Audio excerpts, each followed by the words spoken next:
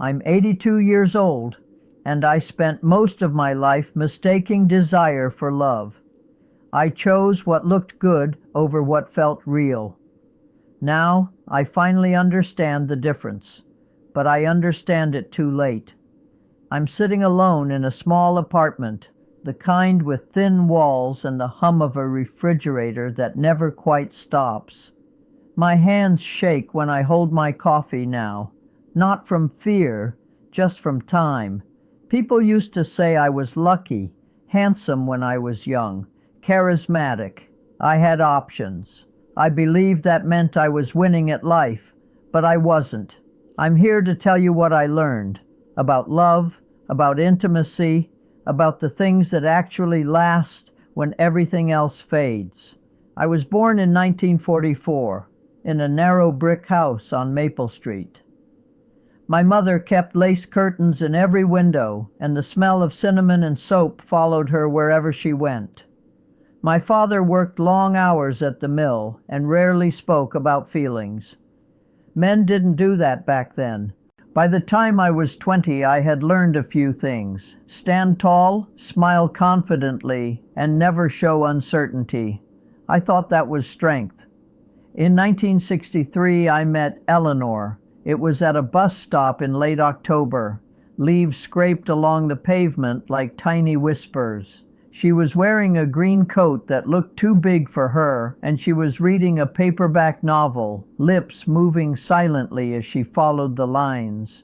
I remember thinking she wasn't beautiful in the way magazines defined it.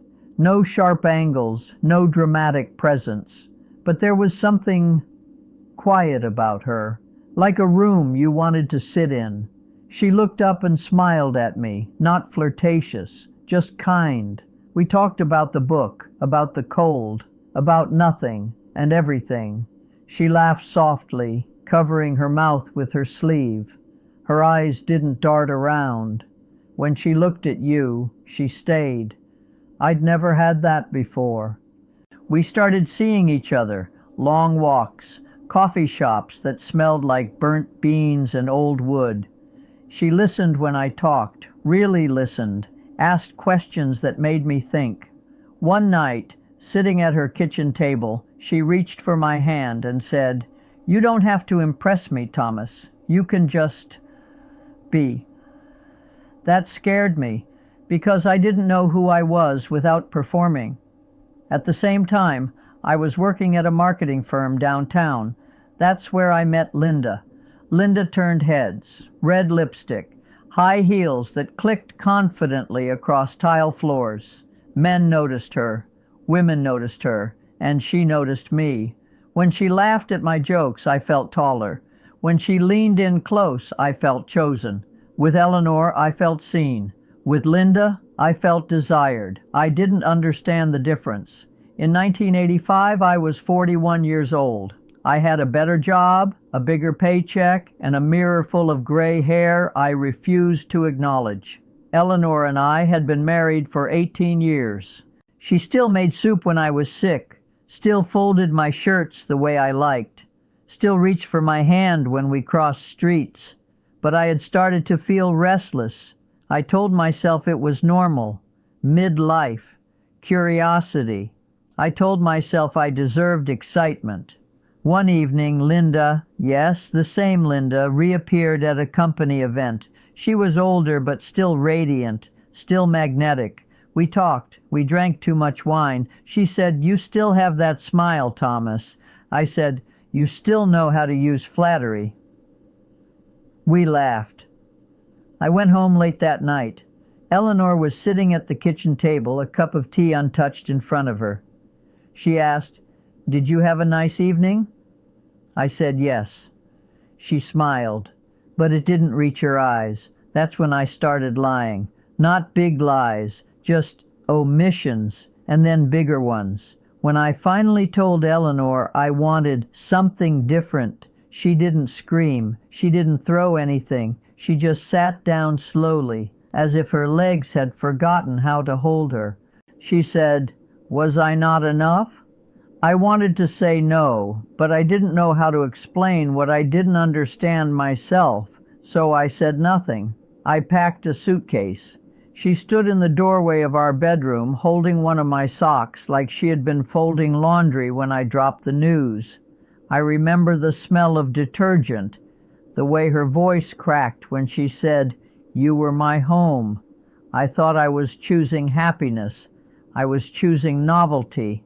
Life with Linda was loud, bright parties, expensive restaurants, people who smiled a lot but never asked real questions. She was beautiful, and I was proud to be seen with her. But when I talked about my fears, she changed the subject. When I told her I missed my son, she said, "Don't be dramatic." When I got sick with the flu, she complained about the noise of my coughing. I started staying quiet. Years passed. Wrinkles appeared. Hair thinned. Conversations grew shallow. One morning, I woke up and she wasn't there. No note, just an empty closet and a perfume smell fading into nothing. I wasn't surprised. That's the part that scared me. I tried dating again. Younger women, women my age, online profiles. Everyone looked good. Everyone smiled. No one stayed. My son Michael stopped calling. I missed his high school graduation, his wedding. I told myself he'd understand later. Later never came. In 2007, I ran into Eleanor at a grocery store. She was wearing glasses now. Her hair was shorter, gray at the edges, but her eyes were the same, warm. She said my name like it still meant something. We talked by the apples. She told me she volunteered at the library, that she liked walking near the river now, that she had a cat named Juniper. She asked how I was. I said, "Good." I wasn't. Before we parted, she touched my arm gently, not romantically, humanly, and that touch stayed with me longer than any kiss I'd had in years. That night I cried in my car, not loudly, just quietly, like a man who finally realized what he had done. Now I'm 82. I wake up in silence. No one asks how I slept. No one knows my favorite song. No one sits close just to be close. And I think about intimacy, not the kind you see in movies, not bodies, but souls. Emotional intimacy is when someone knows your stories and still chooses to stay, when they see your worst and don't flinch, when they ask how your heart is, not how your day was. I had that, and I traded it for applause. I used to believe attraction was love. I was wrong. Attraction fades, faces change, bodies soften. But emotional connection, it grows, it deepens, it becomes home. I thought love was being wanted. Now I know love is being known. If Eleanor were here, I'd tell her I finally understand. I'd tell her she was right when she said I didn't have to impress her. I wish I had believed her. I wish I had stayed, because the loneliest place in the world is a life full of faces that never truly see you. And I built that place for myself. If you're listening to this and someone came to mind, don't ignore that. Call them, sit with them, ask real questions, choose connection over appearance. I can't go back, but you still can. If this story touched you, stay with this channel. There's still so much you can do before time decides for you.